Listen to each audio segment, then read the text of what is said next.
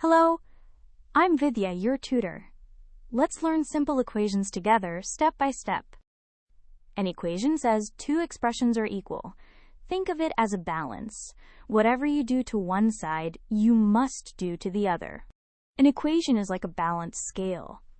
To keep it balanced, any operation you do on the left, you do equally on the right. Solve x plus 3 equals 8. Subtract 3 from both sides to keep the balance, leaving x equals 5. For 2x equals 10, divide both sides by 2. That gives x equals 5. For 3x minus 4 equals 11, first add 4 to both sides to get 3x equals 15. Then divide by 3 to find x equals 5. To recap, an equation balances two sides. Do the same operation to both.